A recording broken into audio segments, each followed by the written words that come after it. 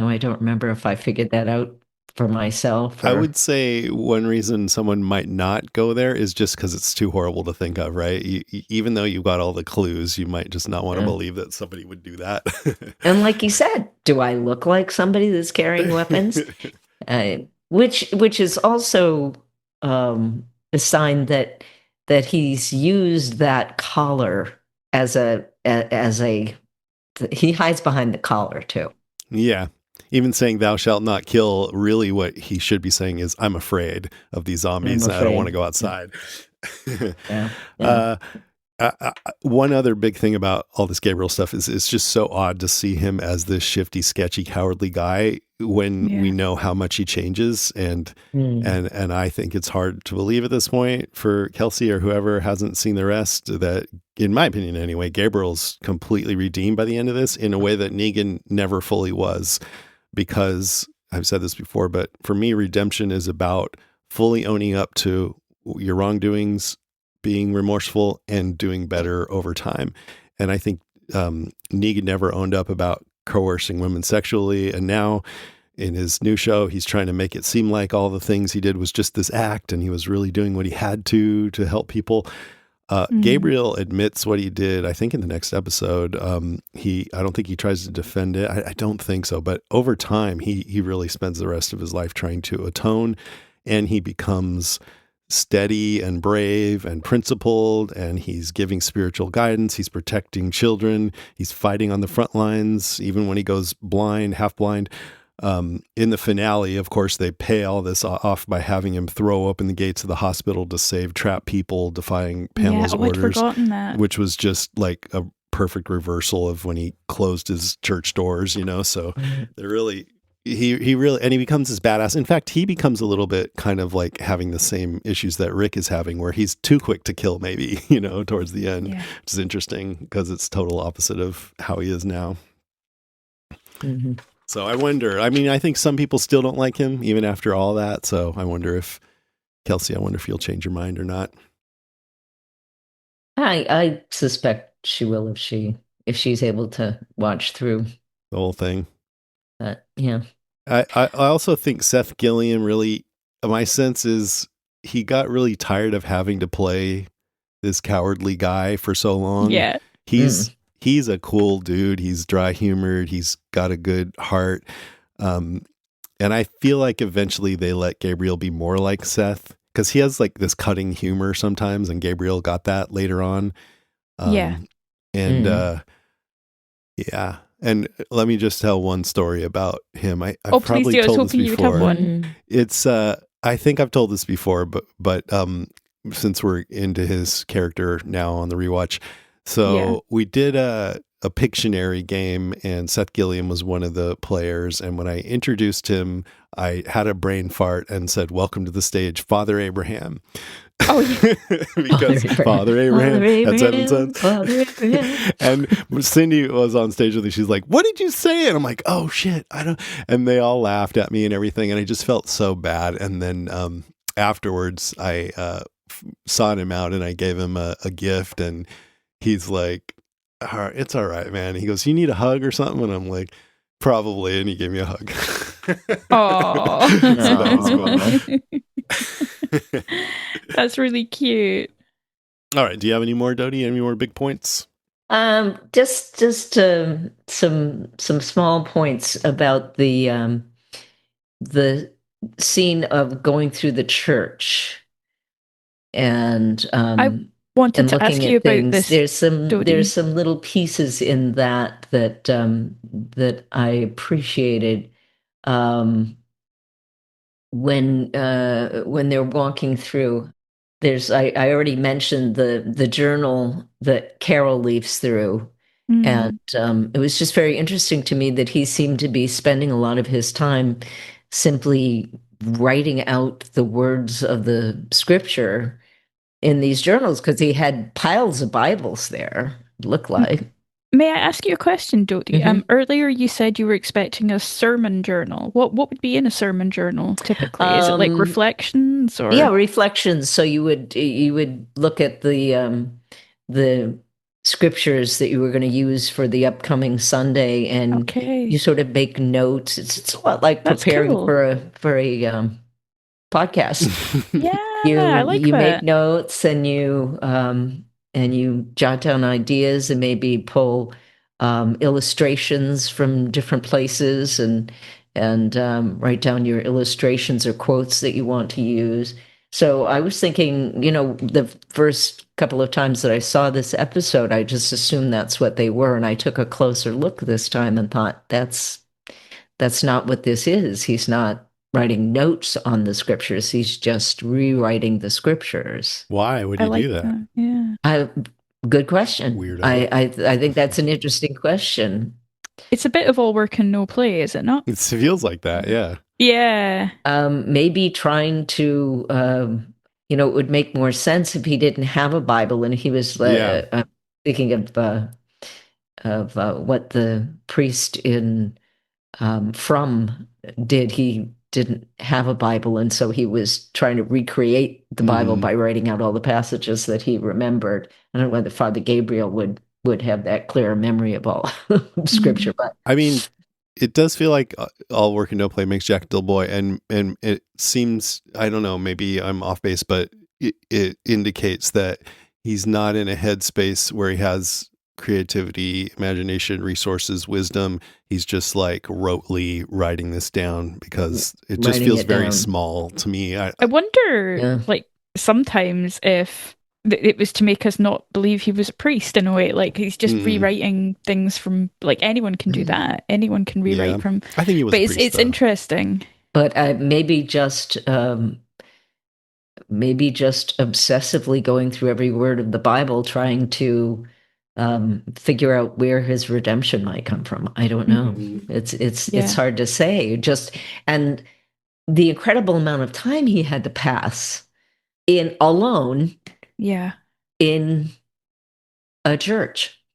I mean, what else are you going to do? But he Well, had right. nobody to write sermons for. Yeah.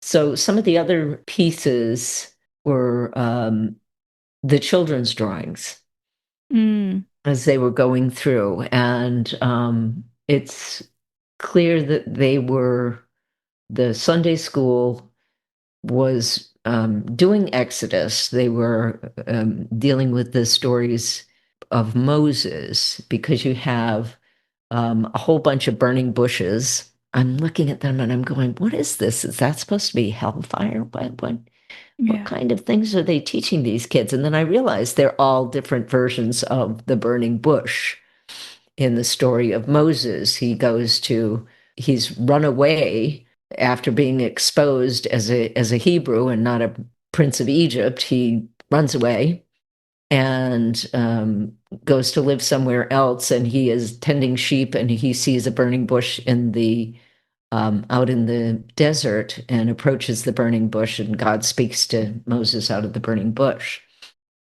And the other pictures were of the baby Moses, who was put into a reed basket and put into the Nile because they were killing Hebrew babies, and Mm. his mother didn't want him to die, so she put him in a basket, hoping that he would be adopted by someone who could keep him safe. And she puts him in a basket, and he floats down. Um, but the wording on the one with the baby was interesting because they had Michonne was the one looking at that drawing, and Mm. and the written words on the page were 40 years of wandering. Mm. And the Hebrews spent 40 years wandering in the desert. And I saw a connection there between Michonne's years of wandering before she meets up with Andrea and then Rick's people. Mm. And the other moment was there was a needlepoint of Galatians 6:9, which said, "And let us not grow weary of doing good, for in due season we will reap if we do not give up." And in this case, it was Glenn looking at it. And maybe I'm just reading in, but what I saw in Glenn's face was a memory of Herschel Mm, and his love of scripture. that would make sense. It's a beautiful scripture and a beautiful sentiment for this group, and it really kind of also reflects what Carl is trying to say to Rick. Mm-hmm. Let us not grow weary of doing good, because Yeah. if we persevere, then we're going to reap the benefit in the long run. And it's also what, in a way, Bob was saying, we're going to get through this. And when we get through it, let's get through it with ourselves intact. Yeah. They're all dead now. They're all dead now. But, Yeah. but that's not necessarily the end. No, that's true. And in any case, it's, if you live well like Bob, it's a good ending. That's right. It's a good ending whenever it comes. Like you said, I firmly believe that. It's knowing what's precious in the moment and enjoying. And that's the really important message for all of us to have right now, I think, when there is so much potentially to be lost in coming decades. And we need to do everything we can to turn that around. But if we can't turn it around, let's at least treasure the preciousness of what we have now. Yeah. In nature and in one another. In each other, always. Yeah. In each other, because we don't know what our losses will be, but we know that there are losses coming. Mm-hmm. And to treasure what we have now is one of the ways to live through that. So let us not grow weary of doing good. Love it. So it's a beautiful message, but it's subtle, but if you look at Glenn's face as he's reading that scripture, you can almost see the moment when it connects with his memory of Herschel. Yeah. That's so special. It's beautifully done. It's just beautifully done. Those little moments with the actors, I just think are amazing. And that was one of those moments that, there's nothing more said about. I mean, it's not telegraphed, spelled out, oh, I thought I saw this thing and I was, they didn't fear the Walking Dead. It's just it's there. in the spaces. And you get it or you don't. Yep. It's there. You get it or you don't. And it's just watching this whole show again during the rewatch, it's more and more of, it feels like an injustice that The Walking Dead didn't get recognized for Emmys other than effects, because it's so good. And absolutely, it's really elevated above a lot of other kinds of genre things. I think, not to knock on genre things, but it just has. No, it is though. Yeah, it's great. But some of the acting is just really amazing and subtle, and the writing too. Yeah, it is. Yeah. It is. All right, I just think we shouldn't let this podcast go without really making a point of how fucked up and iconic that last scene is. Just to have the way it was staged. You wake up groggy, you get a smarmy lecture, and then you figure out, well, first, I love that Gareth's first line, good news is you're not dead yet. That's a relief, right? Like, you said, we're not laughing, but I am. I think it's hilarious. And then you find out you're being eaten. It's like, dude, that is so messed up. I remember watching it just being like, I can't believe they actually went there. Yeah. And the way they left really the foot on the leg for no real reason except it's really obvious. So that you couldn't miss. And Gareth is this villain that most of us think was great. And if you think about it, he had a very short time and he's associated with some iconic and fucked up moments. Ordering them into the train car is probably the least of them, but still, I feel like that's really distinct. The trough is the worst one probably. And then this whole thing with Bob, and then next week, the red machete, just bam, bam, bam, bam. Like, oh my God, oh my God, oh my God. And the way that Oh man, now I forgot this actor's name. Andrew J. Thomas something West. Yeah, the way he plays it is just perfect. So good. Mm-hmm. And I mentioned, I think in a recent episode that, we had this Walker Stalker San Francisco. Karen and I did an event where we did trivia, and we had this trough with blood in it, and Karen held a bat over people's head while they were out. But what I didn't mention, it's called the barbecue, and we hired a barbecue food truck to come and serve food at it. Amazing. So much fun. It might have been a little hard to eat. I know. I was surprised. People ate it. We asked Lawrence Gilliard to come to that, and he didn't want to. I don't know. I was kind of bummed that he didn't show up. But, oh well. Maybe he's off barbecue. Yeah, probably. All right. Shall we go into notes? Yes. Do you have any other notes, Dodie? I think that was it for notes for me. Lucy? I just have IMDb and timeline. Okay, I had a few notes. We find out Go for it. that Michonne found her katana early on and how she got good at using it. She just says it was just me and them out here all day, every day. So apparently self-taught, but you got to think that she would have watched some samurai movies or something because she has such great style, and she really gets into it. So I could see her out there on her own, like, this is so monotonous. Let me have some fun with it. Yeah, absolutely. She was practicing. Yeah.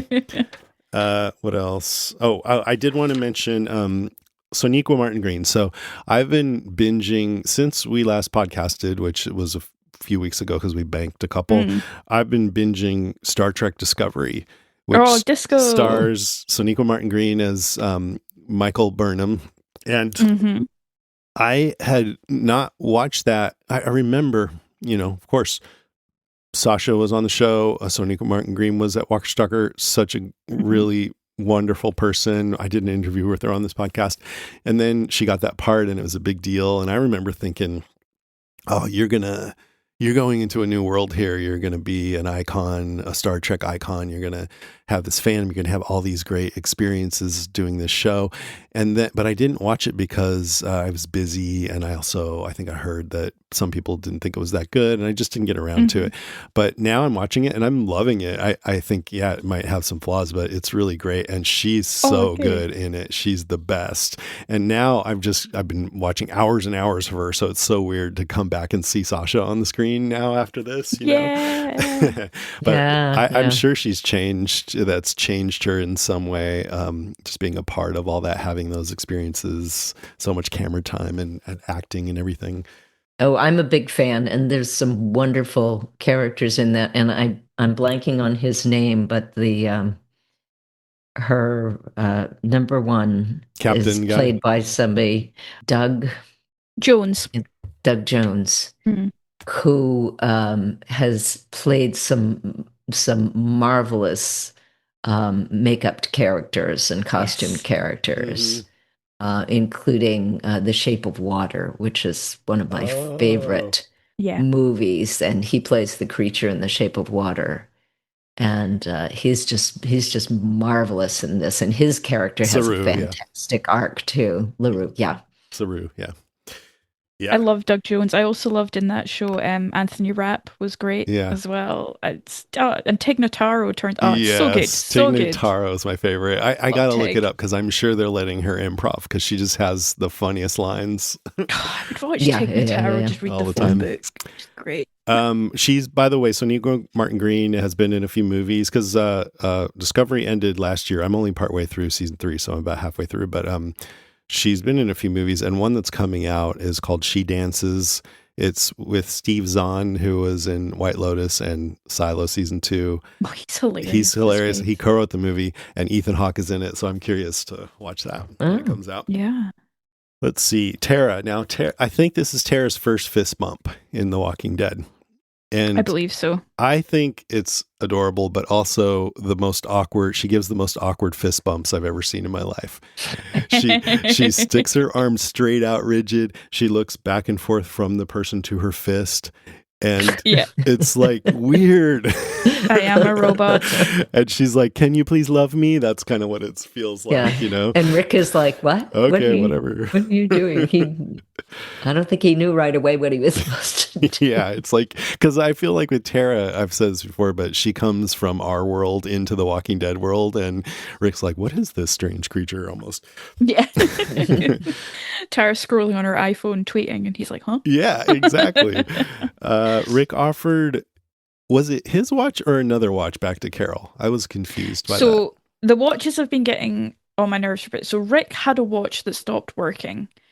That was his watch. When he said goodbye to Carol, he had already given Sam his watch. Yeah. And then Carol gave Rick Ed's watch. Oh. Ricky Dicky Doodah should have two watches at this point. He does. So I think he's trying to give Ed's watch back to Carol. And she's like, no thanks. And that's been watch with Lucy. Yeah, that makes sense. Thank you. Because she gave that clears that up. Rick his own watch.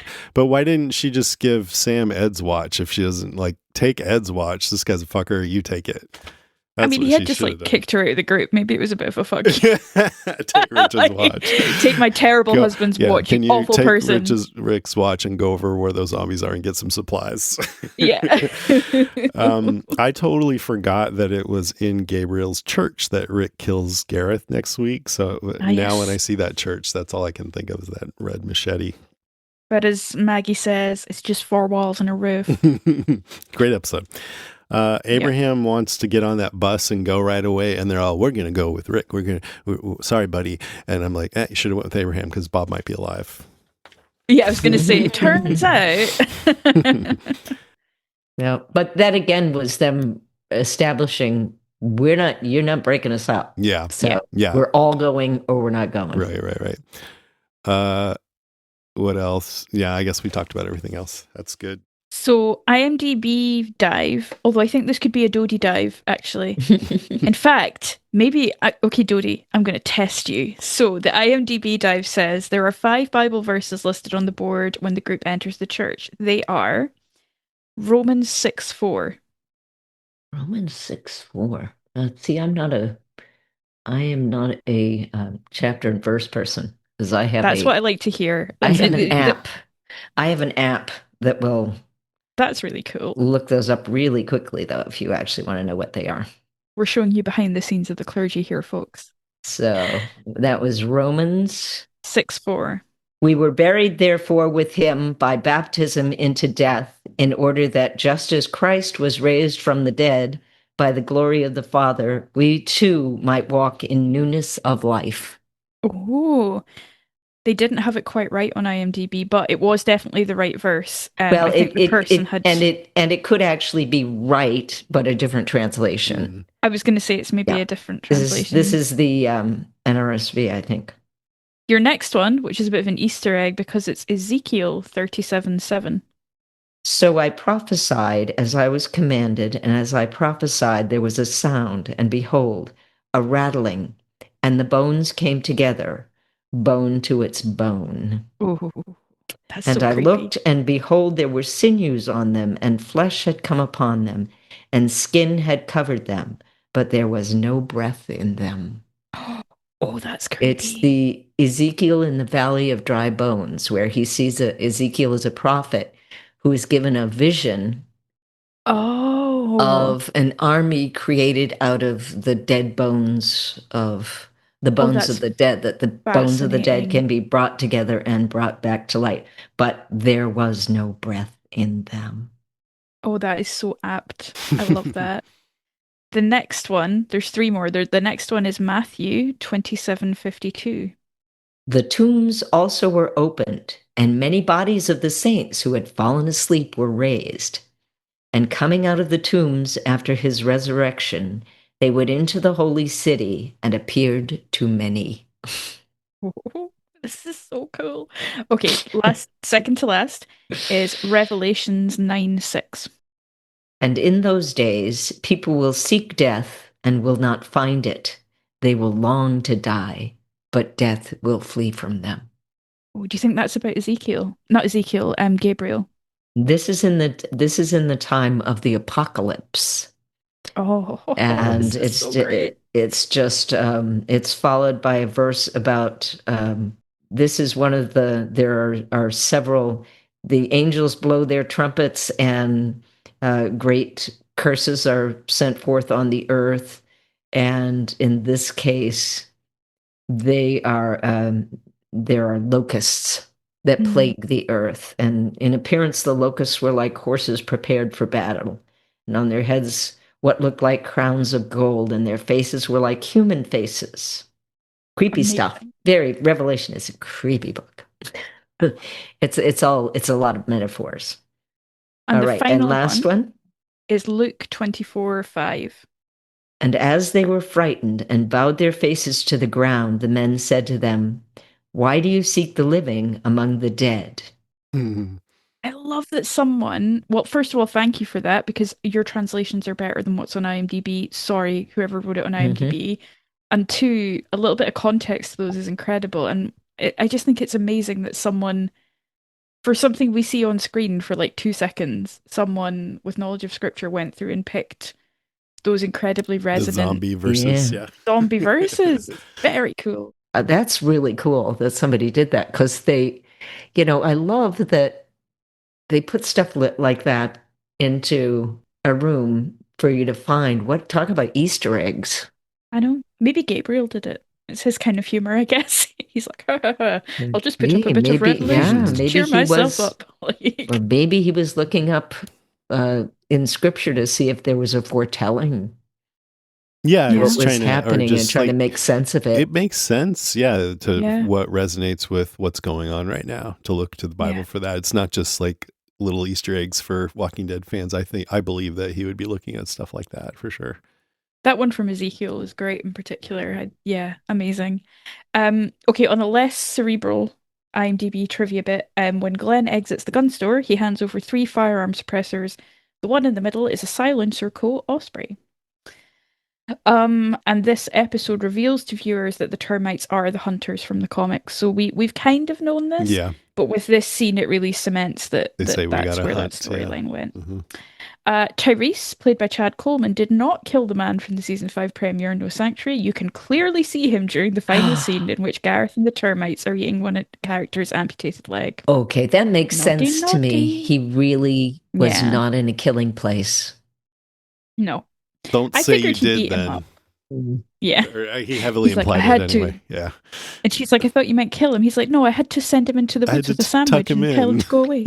And man, I think I don't want to kill him, because anybody who's ready to snap Judith's neck can't be left running around. Unforgivable.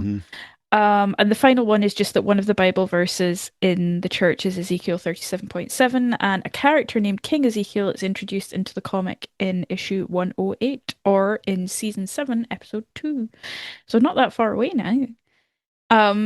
In terms of the timeline, this and the next episode are all day 532, which is February the 7th, which is 1 week and 1 day after the prison fall, and 1 day after Terminus. Crazy. Yeah, it's mad. It's mad how much happens. Yeah. Only on The Walking Dead would a campfire barbecue not be appetizing. Only on The Walking Dead would a yeast infection be the worst of your concerns. Not be the worst of your concerns. And only on The Walking Dead can you end up watching someone eat your leg. Yeah. Leg vision.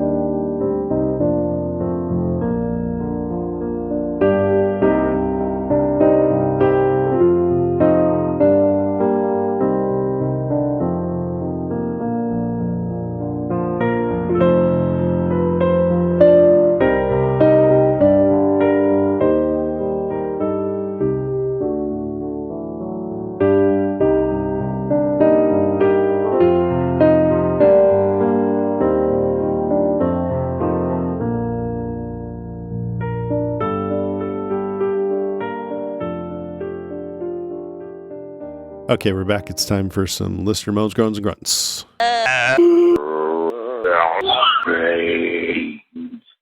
So for this week's feedback post, I put up a picture of Father Gabriel and said, time for this guy. So I think some of the feedback is just responding to that rather than the episode itself for a little bit of context.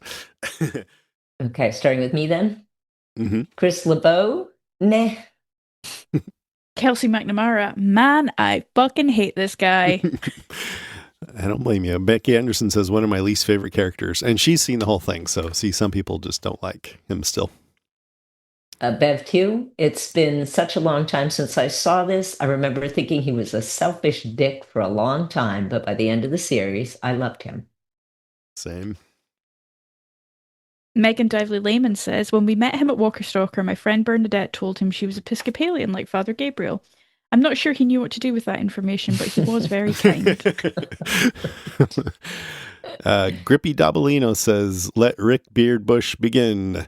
If you're watching The Walking Dead, you can always tell what season it is by Rick's beard.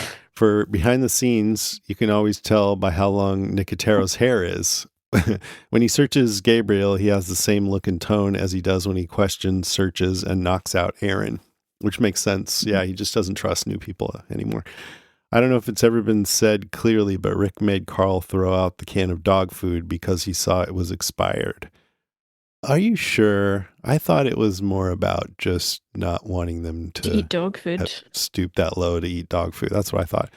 He goes on, and Enid is a spy. Hashtag man bush. Matt King. What's with all the Gabriel hate? Always liked him as a secondary character. Perhaps as he was good in Prison Break, I already liked him. The end scenes with Bob providing the food for the termites barbecue is something that is stuck in my mind more than almost any scene in The Walking Dead. I had been waiting for this. Poor guy with a leg chopped off as the jackals feed on his drumstick. It does make the start of the following episode much better, though. Andy Fisher says, I love this episode and I love season 5. The last scene in season 4 has a brief conversation between Maggie and Daryl about the new people. Maggie, they are our friends. They helped save us. Daryl, yeah, now they're friends of ours. Is this how it works in a terrifying world such as the Walking Dead universe? Is this how you survive? Maggie and Daryl's conversation on the train leads into season 5, where the Walking Dead characters put Daryl's response to the test. Is Carol now a friend because she saved them? Is Abraham? Is Eugene? Is Gabriel? And laterish Negan? Go Scott, you and all the Walking Dead crew captured/created something in these seasons which I find so rewatchable. Truly the greatest TV show ever created. No sanctuary? 5 pizzas and an engagement ring. Cute. It was almost like a poem, Andy. Yeah.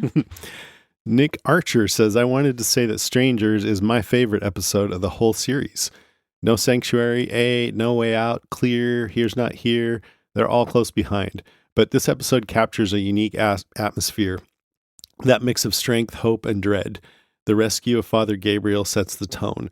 The way Rick sees right through him. The church feels like a sanctuary for a moment, but Gabriel's nervousness adds an immediate layer of unease. Well said. I like this. I like the food bank sequence. It only adds to the atmosphere of Gabriel's corner of the world. The dinner scene is nice, and then there's Abraham's speech. That question, is that all you want to be? And how it's answered by Judith? Oh, yeah. That's right. I bet that was an improv, right? Because Andrew Lincoln rolled with it. Oh, she's saying that she agrees with me. Yeah, that was cute.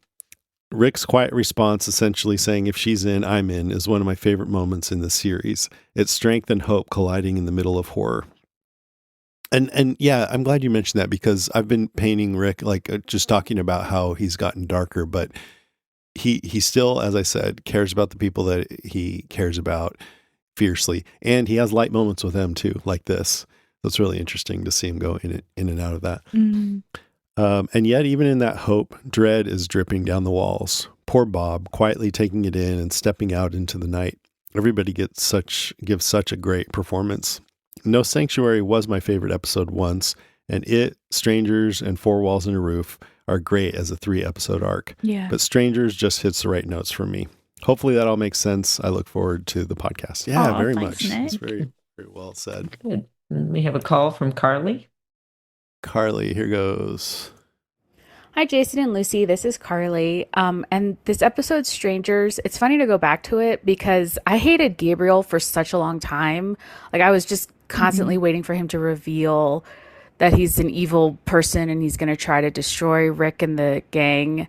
But now I can see that I was just falling for all of the Hollywood magic of the music and the way that all the characters were kind of suspicious of Gabriel and that I was just falling for all of those storytelling tricks.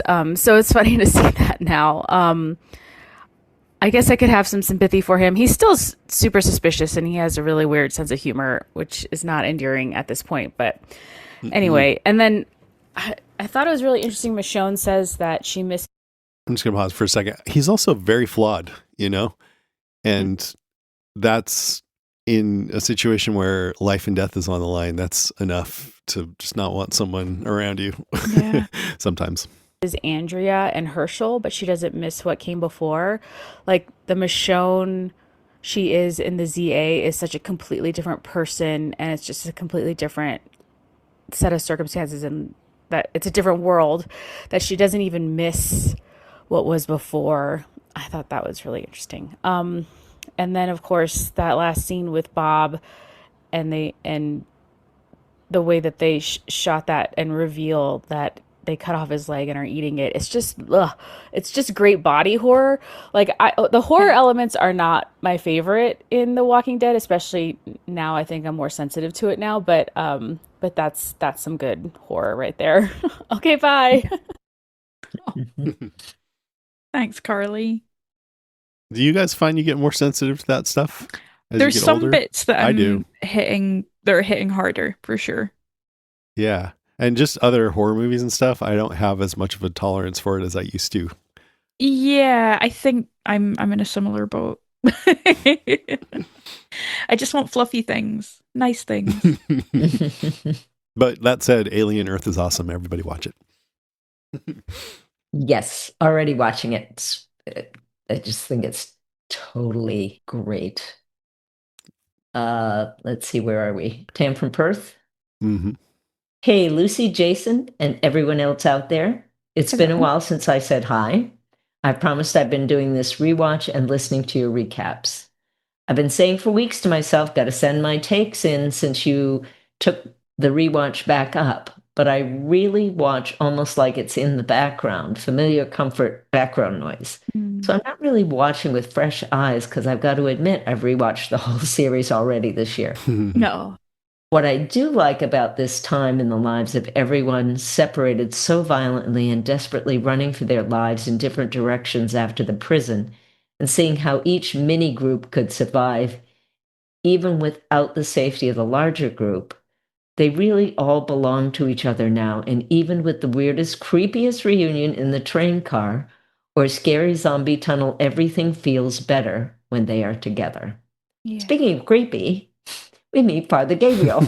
And even knowing how he adapts to this world with people he has to trust in the beginning and how he has all these mini heroic, reliable moments.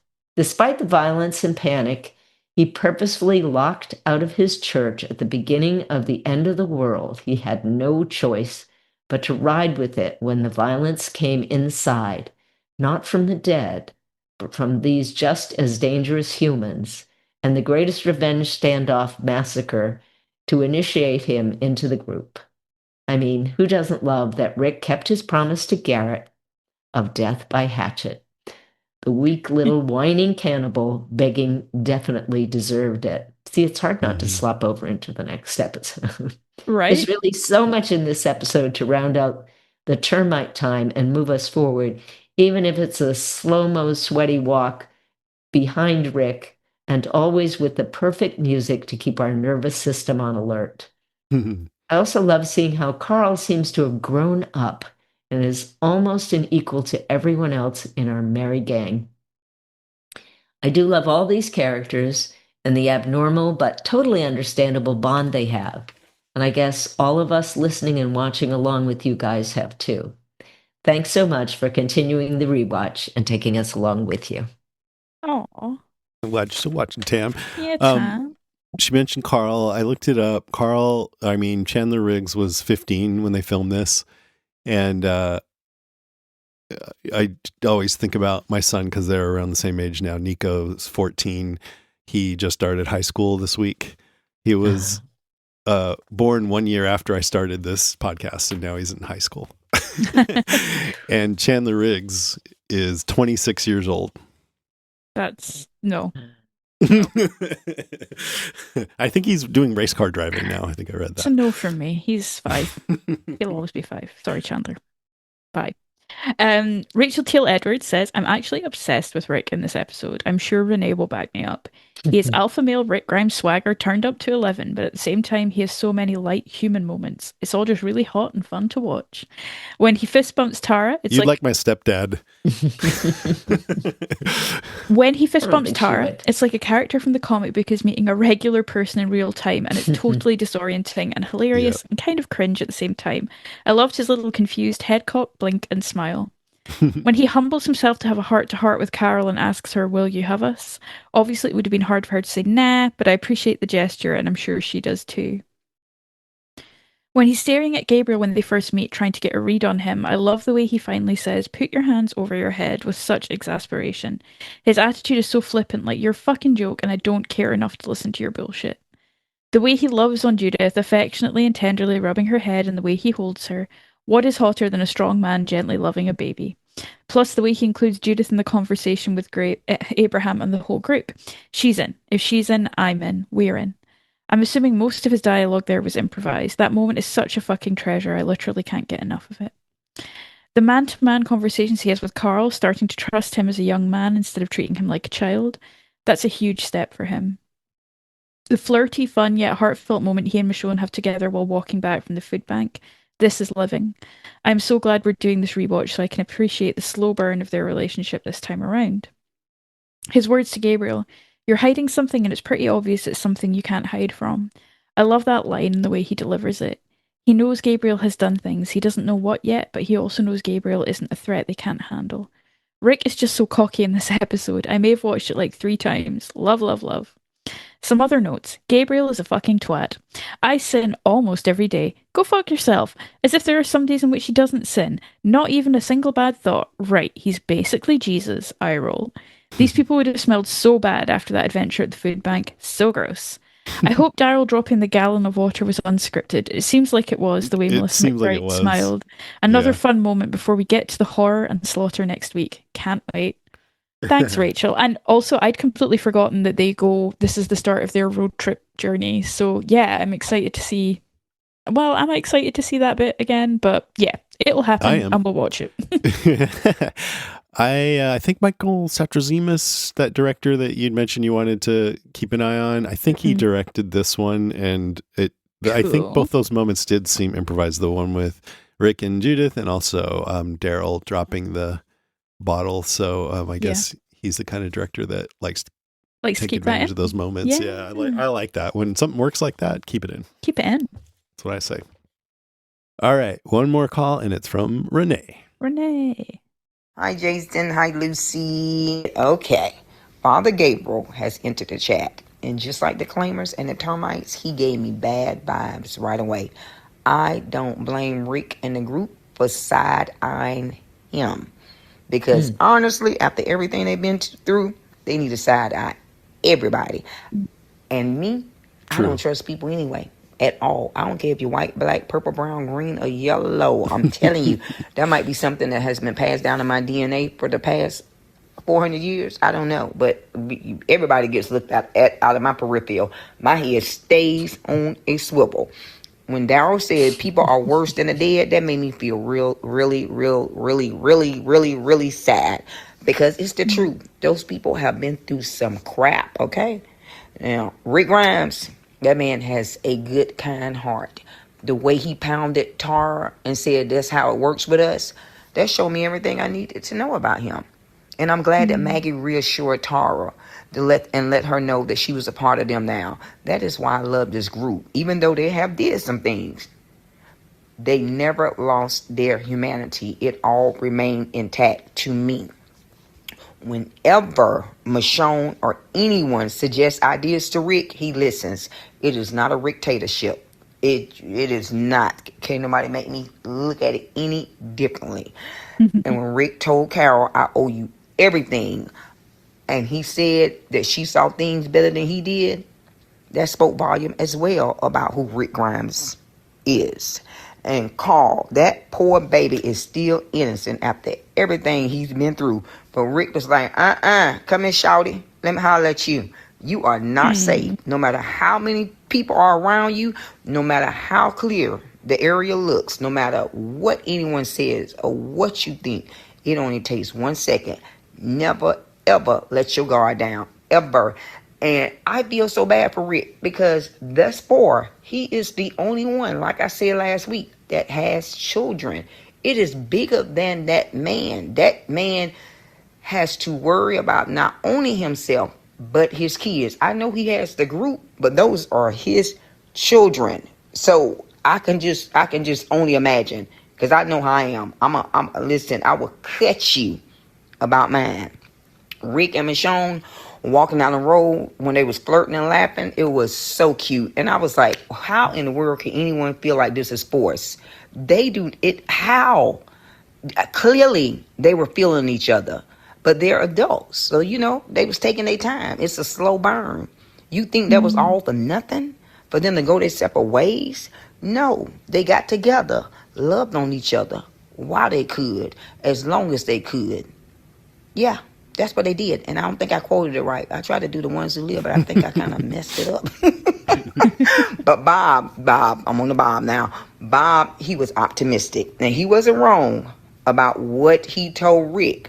But at the end of the day, like I cannot reiterate enough, Rick Grimes has children. That is why I can never see him losing his humanity. Maybe he lost his sanity, but not his humanity.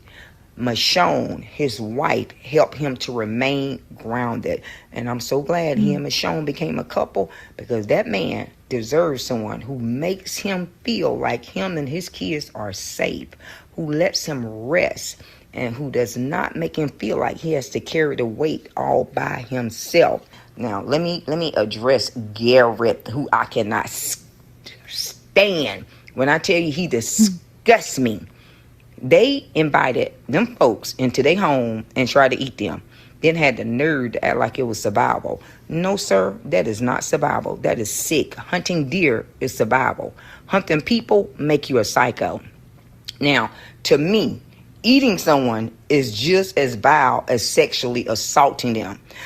That's why I cannot understand why people excuse Garrett and his crew, but not Joe and his crew. I cannot fathom that for nothing in the world. But like Jason said last week, if people find you charismatic, they tend to overlook your inhumane behavior. I cannot. Because it's like, where's your humanity? Where is it? The termites disgust me just like the claimers. And Lucy, I was really shocked that you said that you wanted Gareth to stay on there longer. Like, how? Why? I don't think you would ever say that about Joe and the claimers. So, I mean, there's a difference between being entertaining to watch and someone that you would like in real life. Yeah, That's he's a disgusting human being, but the performance is captivating. Fun to watch. We want to see bad guys on The Walking Dead. Otherwise, what would it be? It'd be a show with no zombies, no bad people, just cool people hanging out, having a good time. That'd be boring. We want to see some fun villains. Yeah. That's all. Yeah, what he said. I mean, they're just as bad. Like, these folks were literally eating people just because they wanted to. Just because they like how people taste. Like, I don't understand the concept behind that. Like, he wasn't appealing. I don't see what other people see. He ate people. Joe them sexually assaulted people, and they ate people. Like, it's all the same to me. These people are psycho out here. They just super psycho. Yeah, but absolutely. But I respect everybody's opinion. I just said your name, Lucy, because you was like, yeah, but you could have been playing. I don't know. You play a lot, just like I play a lot. So maybe you was playing. That's all right. But Rick Grimes, that's my type. That's my man. He's protective. He listens. He's respectful. He even told Father Gabriel, thank you for your hospitality. Now, he did tell him, now you mess with my family, you gonna die. But hey, Father Gabriel looked like he was up to some no good. But Rick Grimes, this episode, baby, that man's swagger was on a million. When I tell you he was swaggerlicious, he had a gun in one hand and a baby in the other. That was so sexy to me. It is nothing to me sexier than a man loving on his children. That is so attractive to me. And I know people feel like I'm biased because I love Rick Grimes, which I could possibly be. And I find him, he is so attractive to me. He is so sexy to me. But that is not it. I like that man has morals. He has integrity. That man, he like I said, he listens. I don't know why people always say that when Rick does this, Rick does that. Rick listens. Just like when Maggie told him, no, we don't need to go back. They didn't go back. They should have. They don't went back. Then maybe Bob will be alive. But no, because Bob got bit when they was in the place. But whatever. He listens. I don't see where Rick does not listen. It's not his fault when shit happened. He always gets the blame, and I don't like that. All righty, I done went on a rant. Peace and love. Bye. And I know it is so long, Jason. Forgive me. Bye. What about Renee. Hornsby? Would you want to meet him in person? Me? Yeah. Oh, yeah. Oh, yeah. Oh, yeah. We'd Kind of a chat. sleazy guy. Yeah, but yeah. That's what makes him interesting. He wouldn't eat your leg. That's true. That's true. Yeah, that's true. He's a cerebral kind of creepy. I could change him. Of course, yeah. Well, That there's sounds no healthy. saying you couldn't. Get Josh back on the pod. We'll discuss in detail. In role play. He's like, who is this woman? Please, Hi, please. Lance. I'm Josh. Okay, Lance. I'm like, sure, Lance. You crafty Okay. Get bit, Bev, too. What does it mean to live for the common good? Introducing the